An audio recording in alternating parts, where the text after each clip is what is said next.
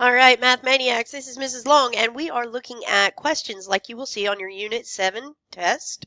This is like number 1, and as usual, I recommend that you pause me, try and solve the problem on your own first, and then come back and check.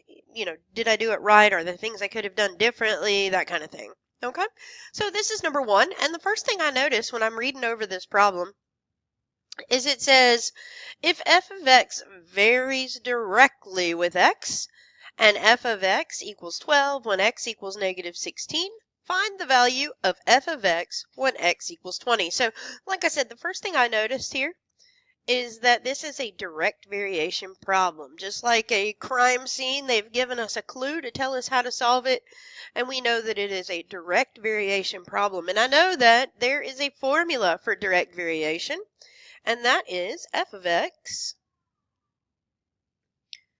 equals k times x. Now remember, k is our constant of variation. In other words, what are we multiplying x by to get f of x? All right, so in this problem, what I'm going to do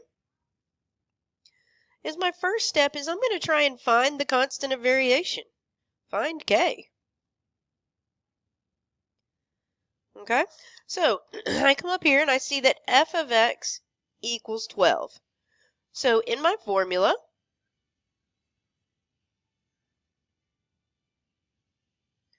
f of x is 12, so I'm going to substitute that in for f of x. I don't know k yet, that's what I'm trying to solve for. And x is negative 16. So now I just have to do some simplification here to get k by himself.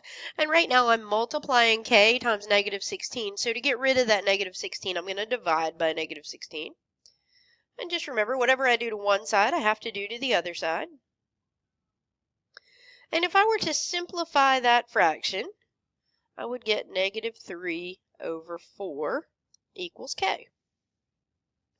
All right, now, when I look at the problem, though, that's not what they're asking me for. What they're asking me for is, all right, so that's what f of x and x are in that situation. But now they say, all right, we've got a new situation.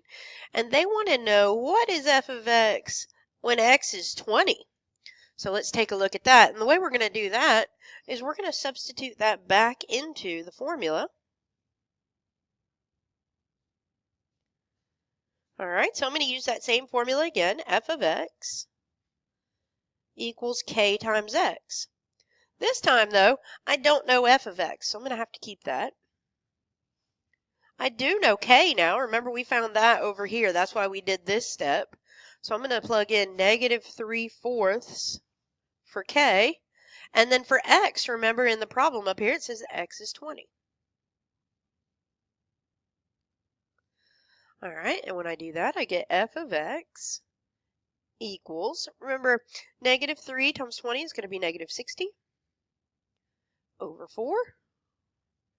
So f of x will be negative 15. All right, I hope that helps.